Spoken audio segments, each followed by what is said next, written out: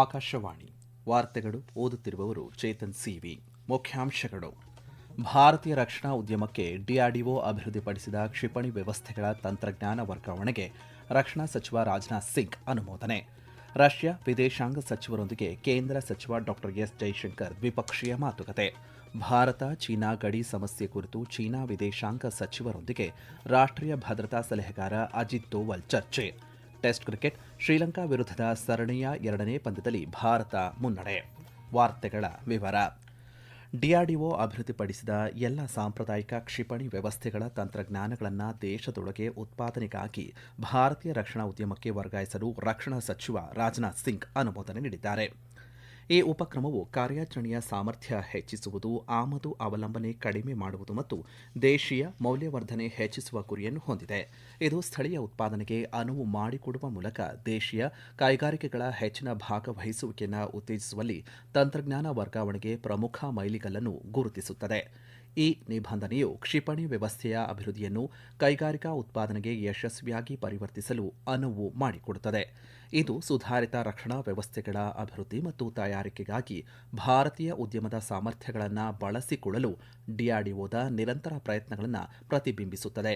ದೇಶೀಯ ಉತ್ಪಾದನಾ ಸಾಮರ್ಥ್ಯಗಳನ್ನು ಹೆಚ್ಚಿಸುವುದು, ರಕ್ಷಣಾ ಕೈಗಾರಿಕಾ ವಲಯವನ್ನು ಬಲಪಡಿಸುವುದು ಮತ್ತು ಪೂರೈಕೆ ಸರಪಳಿಯಲ್ಲಿ ಭಾರತೀಯ ಅತಿ ಸಣ್ಣ ಮತ್ತು ಮಧ್ಯಮ ಕೈಗಾರಿಕೆಗಳು ಹಾಗೂ ಇತರ ತಂತ್ರಜ್ಞಾನ ಪಾಲುದಾರರ ಭಾಗವಹಿಸುವಿಕೆಗೆ ಅವಕಾಶ ಸೃಷ್ಟಿಸುವುದು ಇದರ ಉದ್ದೇಶವಾಗಿದೆ. ಭಾರತದ ಡಿಜಿಟಲ್ ಪಾವತಿ ವ್ಯವಸ್ಥೆಯ ಬೆನ್ನೆಲುಬಾಗಿರುವಂತಹ ಏಕೀಕೃತ ಪಾವತಿ ವ್ಯವಸ್ಥೆ ಯುಪಿಐ ಇಂದಿಗೆ 10 ವರ್ಷಗಳನ್ನು ಪೂರೈಸಿದೆ. 2016ರ ಆಗಸ್ಟ್ 25ರಂದು ಸಾರ್ವಜನಿಕ ಬಳಕೆಗೆ ಆರಂಭವಾದಂತಹ ಯುಪಿಐ ವಹಿವಾಟಿನ ಪ್ರಮಾಣದಲ್ಲಿ ಸುಮಾರು 13,000 ಪಟ್ಟು ಏರಿಕೆ ಕಂಡಿದೆ. 2016-17ರಲ್ಲಿ 1.78 ಕೋಟಿ ಇದ್ದ ವಾರ್ಷಿಕ ವಹಿವಾಟುಗಳ ಸಂಖ್ಯೆ 2025-26ರಲ್ಲಿ 24,162 ಕೋಟಿಗೂ ಅಧಿಕವಾಗಿದೆ. ಇದೇ ಅವಧಿಯಲ್ಲಿ ವಹಿವಾಟಿನ ಮೌಲ್ಯ 7,000 ಕೋಟಿ ರೂಪಾಯಿಗಳಿಂದ ಸುಮಾರು 314 ಲಕ್ಷ ಕೋಟಿ ರೂಪಾಯಿಗಳಿಗೆ ಏರಿಕೆಯಾಗಿದೆ ಎಂದು ಕೇಂದ್ರ ಹಣಕಾಸು ಸಚಿವಾಲಯ ತಿಳಿಸಿದೆ.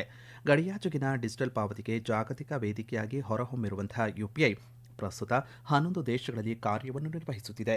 ಯುಪಿಐ ಡಿಜಿಟಲ್ ಪಾವತಿ ವ್ಯವಸ್ಥೆ 10 ವರ್ಷ ಪೂರೈಸಿರುವ ಹಿನ್ನೆಲೆಯಲ್ಲಿ ಸಂದೇಶ ಹಂಚಿಕೊಂಡಿರುವಂತಹ ಪ್ರಧಾನಿ ನರೇಂದ್ರ ಮೋದಿಯವರು ಭಾರತ ಈ ಡಿಜಿಟಲ್ ಕ್ರಾಂತಿಯ ಪ್ರಮಾಣ ಮತ್ತು ವ್ಯಾಪ್ತಿಗೆ ಪ್ರತಿಯೊಬ್ಬ ಭಾರತೀಯನೂ ಹೆಮ್ಮೆ ಪಡಬೇಕು ಎಂದು ತಿಳಿಸಿದ್ದಾರೆ. ಸಾಮಾಜಿಕ ಮಾಧ್ಯಮದಲ್ಲಿ ಅವರು ಏಕೀಕೃತ ಪಾವತಿ ವ್ಯವಸ್ಥೆಯ ದಶಕಗಳ ಸೇವಾ ಯಶಸ್ಸನ್ನು ಶ್ಲಾಘಿಸಿ ಭಾರತೀಯ ಡಿಜಿಟಲ್ ಪಾವತಿ ಪಯಣದಲ್ಲಿ ಇದೊಂದು ಪ್ರಮುಖ ತಿರುವಾಗಿದೆ ಎಂದು ಹೇಳಿದ್ದಾರೆ. ರಷ್ಯಾ ಪ್ರವಾಸದಲ್ಲಿರುವಂತಹ ವಿದೇಶಾಂಗ ಸಚಿವ ಡಾ ಎಸ್ ಜೈಶಂಕರ್ ಅವರು ಮಾಸ್ಕೋದಲ್ಲಿ ರಷ್ಯಾ ವಿದೇಶಾಂಗ ಸಚಿವ ಸೆರ್ಗೈ ಲಾವ್ರೋವ್ ಅವರೊಂದಿಗೆ ಮಾತುಕತೆ ನಡೆಸಿದರು. ಈ ಕುರಿತು ಸಾಮಾಜಿಕ ಜಾಲತಾಣದಲ್ಲಿ ಮಾಹಿತಿ ನೀಡಿರುವಂತಹ ಸಚಿವ ಡಾ ಎಸ್ ಜೈಶಂಕರ್ ಭಾರತ ಮತ್ತು ರಷ್ಯಾ ನಡುವಿನ ದ್ವಿಪಕ್ಷೀಯ ಸಹಕಾರ ಸೇರಿದಂತೆ ಪ್ರಾದೇಶಿಕ ಮತ್ತು ಜಾಗತಿಕ ಸವಾಲುಗಳು ಹಾಗೂ ಬಹುಪಕ್ಷೀಯ ಸಮಸ್ಯೆಗಳ ಕುರಿತು ಚರ್ಚೆ ನಡೆಸಲಾಯಿತು ಎಂದು ತಿಳಿಸಿದ್ದಾರೆ. ಉಕ್ರೇನ್, ಇರಾನ್ ಮತ್ತು ಅಫ್ಘಾನಿಸ್ತಾನದಲ್ಲಿನ ಪ್ರಸ್ತುತ ಪರಿಸ್ಥಿತಿ ಬಗ್ಗೆಯೂ ಉಭಯ ನಾಯಕರು ಚರ್ಚೆ ನಡೆಸಿದ್ದಾರೆ. ಇದಕ್ಕೂ ಮುನ್ನ ಸಚಿವ ಡಾ ಎಸ್ ಜೈಶಂಕರ್ ಅವರು ರಷ್ಯಾ ಅಧ್ಯಕ್ಷ ವ್ಲಾಡಿಮಿರ್ ಪುಟಿನ್ ಅವರನ್ನು ಭೇಟಿಯಾಗಿ ಮಾತುಕತೆ ನಡೆಸಿದರು. ವ್ಯಾಪಾರ, ಇಂಧನ, ರಸಗೊಬ್ಬರ ಮತ್ತು ಪ್ರಮುಖ ಕ್ಷೇತ್ರಗಳಲ್ಲಿ ಉಭಯ ದೇಶಗಳ ನಡುವಿನ ಆರ್ಥಿಕ ಸಂಬಂಧ ಬಲಿಷ್ಠಗೊಳಿಸುವ ಕುರಿತು ಚರ್ಚೆ ನಡೆಸಲಾಯಿತು.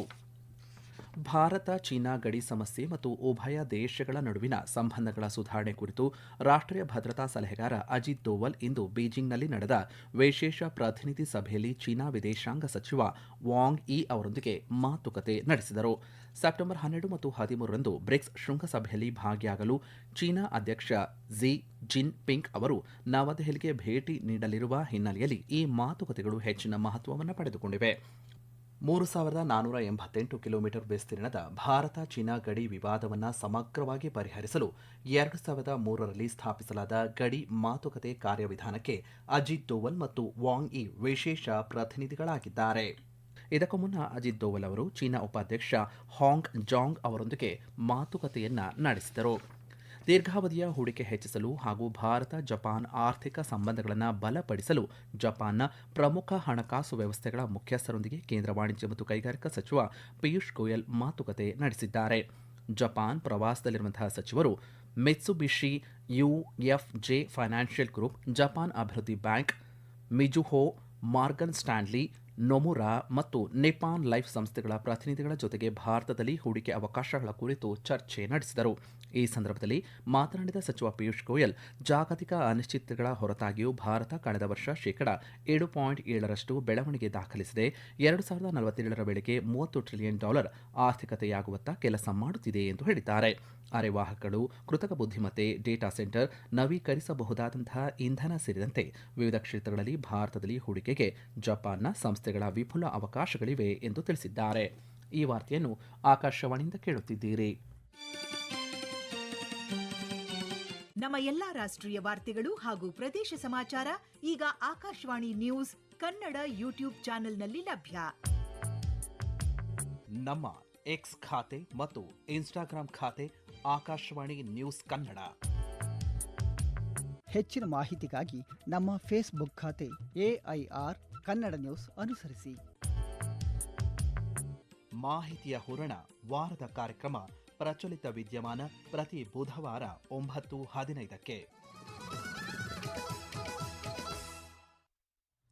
ವೆಲ್ಲಿಂಗ್ಟನ್ನಲ್ಲಿ ನಡೆದಂತಹ 2ನೇ ಆವೃತ್ತಿಯ ರಕ್ಷಣಾ ಕಾರ್ಯತಂತ್ರದ ಸಂವಾದದಲ್ಲಿ ಭಾರತ ಮತ್ತು ನ್ಯೂಜಿಲೆಂಡ್ ಮುಕ್ತ ಮತ್ತು ಎಲ್ಲರನ್ನೂ ಒಳಗೊಂಡ ಇಂಡೋ ಪೆಸಿಫಿಕ್ ಪ್ರದೇಶಕ್ಕೆ ತಮ್ಮ ಬದ್ಧತೆಯನ್ನು ಪುನರುಚ್ಚರಿಸಿವೆ.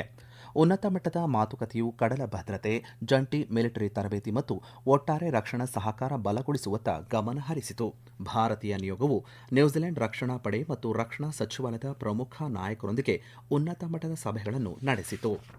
ವೈಜ್ಞಾನಿಕ ಮತ್ತು ಕೈಗಾರಿಕಾ ಸಂಶೋಧನಾ ಮಂಡಳಿ, ರಾಷ್ಟ್ರೀಯ ಏರೋಸ್ಪೇಸ್ ಪ್ರಯೋಗಾಲಯ CSIR NAL ಇಂದು ನವದೆಹಲಿಯಲ್ಲಿ 3 ಸ್ಥಳೀಯ ಸೂಕ್ಷ್ಮ ಮತ್ತು ಸಣ್ಣ ಅನಿಲ ಟರ್ಬೈನ್ ಎಂಜಿನ್ಗಳನ್ನು ಅನಾವರಣಗೊಳಿಸಿತು.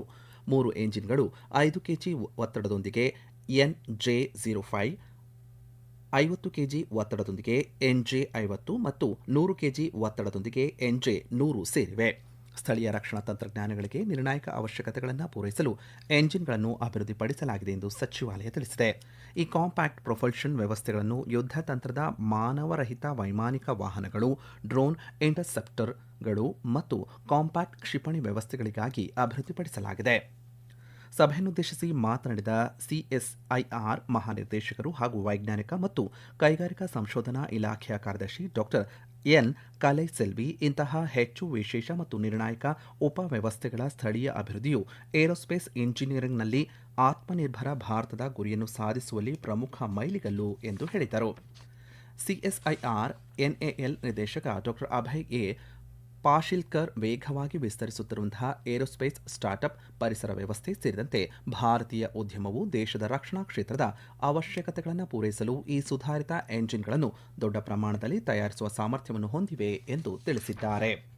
ಕೊಲಂಬೋದ ಸಿನ್ಹಳೀಸ್ ಸ್ಪೋರ್ಟ್ಸ್ ಕ್ಲಬ್ ಕ್ರಿಕೆಟ್ ಕ್ರೀಡಾಂಗಣದಲ್ಲಿ ನಡೆಯುತ್ತಿರುವಂತಹ ಭಾರತ ಮತ್ತು ಶ್ರೀಲಂಕಾ ನಡುವಿನ ಸರಣಿಯ 2ನೇ ಮತ್ತು ಅಂತಿಮ ಟೆಸ್ಟ್ ಪಂದ್ಯದ 3ನೇ ದಿನದ ಅಂತ್ಯಕ್ಕೆ ಶ್ರೀಲಂಕಾ ತನ್ನ ಮೊದಲ ಇನ್ನಿಂಗ್ಸ್ನಲ್ಲಿ 3 ವಿಕೆಟ್ ನಷ್ಟಕ್ಕೆ 265 ರನ್ ಗಳಿಸಿದೆ. ಮಳೆಯ ಕಾರಣ ಪಂದ್ಯ ಇಂದು ತಾತ್ಕಾಲಿಕ ಸ್ಥಗಿತವಾಗಿದ್ದು, ಪ್ರಸ್ತುತ ಶ್ರೀಲಂಕಾ 238 ರನ್ಗಳಿಗೆ ಹಿನ್ನಡೆಯಲ್ಲಿದೆ. ಭಾರತ ತನ್ನ ಮೊದಲ ಇನ್ನಿಂಗ್ಸ್ನಲ್ಲಿ 9 ವಿಕೆಟ್ ನಷ್ಟಕ್ಕೆ 503 ರನ್ ಗಳಿಸಿ ಡಿಕ್ಲೇರ್ ಘೋಷಿಸಿತು. ನಾಳೆ 4ನೇ ದಿನದಾಟ ಮುಂದುವರಿಯಲಿದೆ.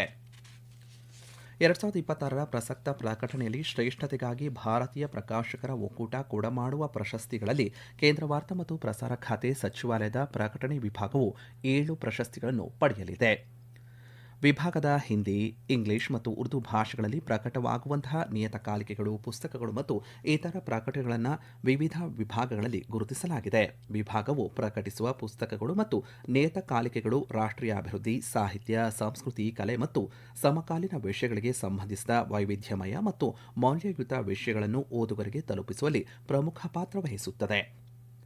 ಈ ಬಗ್ಗೆ ಪ್ರಕಟಣೆ ವಿಭಾಗದ ಮಹಾನಿರ್ದೇಶಕರಾದಂತಹ ಡಾ. ಧೀರಜ್ ಕಾಕಾಡಿಯಾ ಹೇಳಿದ್ದಾರೆ.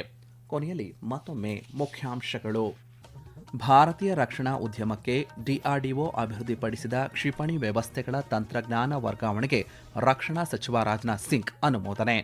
ರಷ್ಯಾ ವಿದೇಶಾಂಗ ಸಚಿವರೊಂದಿಗೆ ಕೇಂದ್ರ ಸಚಿವ ಡಾ. S. ಜೈಶಂಕರ್ ದ್ವಿಪಕ್ಷೀಯ ಮಾತುಕತೆ. ಭಾರತ ಚೀನಾ ಗಡಿ ಸಮಸ್ಯೆ ಕುರಿತು ಚೀನಾ ವಿದೇಶಾಂಗ ಸಚಿವರೊಂದಿಗೆ ರಾಷ್ಟ್ರೀಯ ಭದ್ರತಾ ಸಲಹೆಗಾರ ಅಜಿತ್ ದೋವಲ್ ಚರ್ಚೆ. ಟೆಸ್ಟ್ ಕ್ರಿಕೆಟ್, ಶ್ರೀಲಂಕಾ ವಿರುದ್ಧದ ಸರಣಿಯ 2ನೇ ಪಂದ್ಯದಲ್ಲಿ ಭಾರತ ಮುನ್ನಡೆ.